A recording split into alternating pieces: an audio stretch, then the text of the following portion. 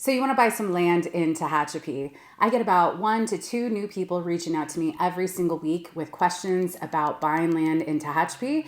And one thing I've learned is there are a lot of common questions and a lot of misinformation out there. So I thought I'd address some of the more important topics if you are interested in buying land here. And I will leave timestamps below in case you just want to skip to a certain topic or section. But if you are new to this channel, my name is Courtney Chalupa. I'm a realtor here in Tehachapi, and I moved here over 5 years ago from San Francisco, and I absolutely love it. I decided to make some videos to hopefully provide some information that would be helpful to people out of the area who might not know much about it and want to learn a little bit more.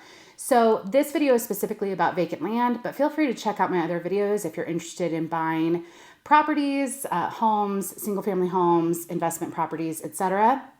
And definitely keep an eye out and subscribe if you want to stay up to date with my upcoming videos. So on the land question, so what are the main reasons why people would buy vacant land here in the Tehachapi area? There are 4 main reasons why people would buy vacant land here. 1, they plan to build. We have an inventory shortage, not just in Tehachapi, but most of the state, probably most of the country. And so there are more buyers than there are homes available. And there are not very many great options or options that people are looking for buyers. And so with that, if someone does have the ability to buy some vacant land and to potentially build their own home on it, it's a great option because you can design it yourself, pick the features you want, pick the location you want, the lot that you want, and it might take a little bit of time for it to be built, but it is a great option to really customize what you're looking for, which I think is pretty great. So that's not the number 1 reason why someone would buy land here in Tehachapi. The second reason is kind of obvious and coincides with that. They plan to build in the future. So some people see this area as maybe a good area to move to in a year, 2 years, 3 years, and they just want to pick the lot, buy the lot, and really start planning and have some time to plan on what they want to build and the time frame that will work best for them. So maybe they're not going to build in the next 6 months, but they're going to build in maybe the next few years. So this could be retirees. This could be people who maybe have a job change and are looking for something a little bit more appropriate for this area. Either way, looking more in the long term, but still planning on building. The third reason why someone might want to buy land here is an investment. So we have Tehachapi as a whole is mostly private land. And so there are a lot of options if you want to buy land, but maybe you just want to put your money into some land and maybe sell it in the future as just a vacant lot. You have no intentions of building on it, but you're just looking at it as an investment property. Maybe you see a lot that you think would be beneficial to someone in 5, 10, 20 years, and so you just want to secure that and hold on to it. So that's another option. And the fourth one really is more specific to one of our communities that has quite a bit of amenities, which is Bear Valley Springs. Some people might want to buy a vacant lot in Bear Valley Springs just to have access to use those amenities. So maybe you live in the city of Tehachapi or one of the neighboring communities outside of Bear Valley Springs, and you want to maybe golf, use some of the horse trails, etc. And so maybe you would buy a lot that is also kind of an investment for your money, and that would also still allow you to use the amenities there because you are still paying the annual HOA fees. And so you would have access to all of that as well. So one of the number 1 questions or topics I talk about with people who are interested in buying land here is rules, regulations. I think a lot of people see this area as close proximity to other cities in Southern California, and they maybe want an escape from the city, and they want somewhere where maybe they can just do whatever, no rules, no regulations, etc. And when I start, talking about that and the different communities and the different rules and regulations in each community, I feel like somewhat of a bummer to some people because really anywhere in Tehachapi is going to have some regulation, whether it's through the county, which we are located in Kern County, Whether it's through the county and those regulations that you have to abide to, or you live in a specific community that has an HOA or CCNRs, really. So those are basically rules and regulations that you have to kind of follow if you want to live in that community. And when you purchase either land or a home in those communities, you are respecting the fact that you are going to follow those rules and regulations. And those rules and regulations can be somewhat strict depending on where you're looking, but most of them do really try to preserve the beauty and lifestyle that many people move here for. So many people do move here either as a full-time residence or a vacation home. Most are full-time residents, and they want the peace and quiet. They want the natural beauty. They want maybe the dark sky community. They want the wildlife. And they also want to preserve their property value. So that's really what those rules and regulations are meant to do, is to preserve what we have here. So if you haven't watched my communities videos on the greater Tehachapi area, I will link that below, which kind of gives just kind of a general overview of the major communities here in the greater Tehachapi area, and just talks about some of the basics in case you aren't familiar with the area. But pretty much any community that's established here will probably have its own set of CCNRs. Those are public, those are found online, and I definitely linked those in that video in case you want to learn more. But when you are buying land, just keep in mind there's a lot of information that you'll probably have to call, ask, read, just to make sure that you're buying a lot that will fit whatever you're looking for. So just that investigation period is really important. Sometimes I get people who have specific questions about non-specific lots, and it's very hard for me to answer those questions because each lot can vary so much. Even in one community, they could have different lot regulations depending on the size of the lot or the location of the lot.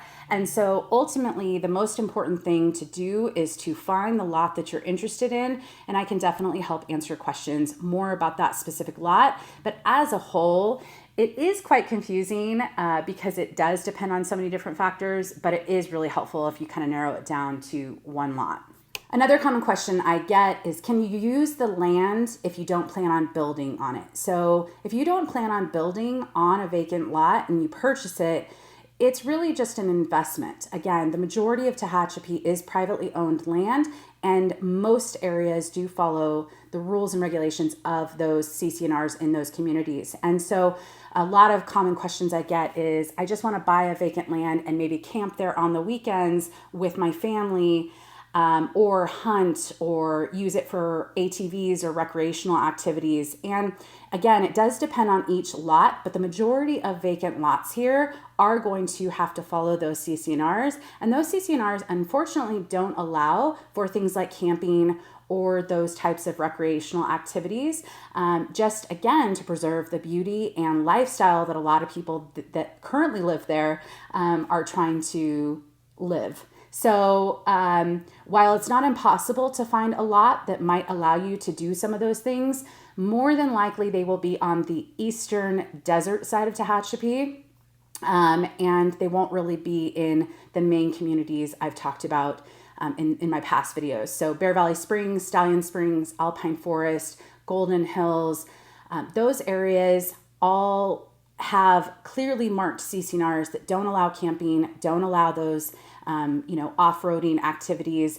And so really it would just be considered an investment property. But again, if you find a lot that you're interested in, I can definitely find out more information if you have a specific question. But as a whole, most of the area won't allow those types of things.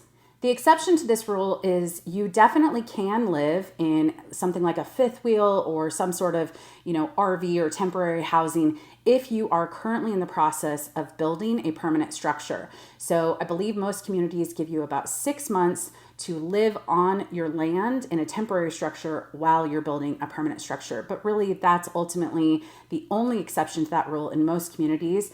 And so it's just important to note that it's just not going to be an option to really camp on private property in most areas of Tehachapi. Another question I get from people is around tiny homes or glamping options. So maybe someone thinks, maybe I could buy a 4-acre, 5-acre lot, put a permanent structure on it, and then maybe have some sort of glamping business or something that, would allow some income generation, which would be awesome.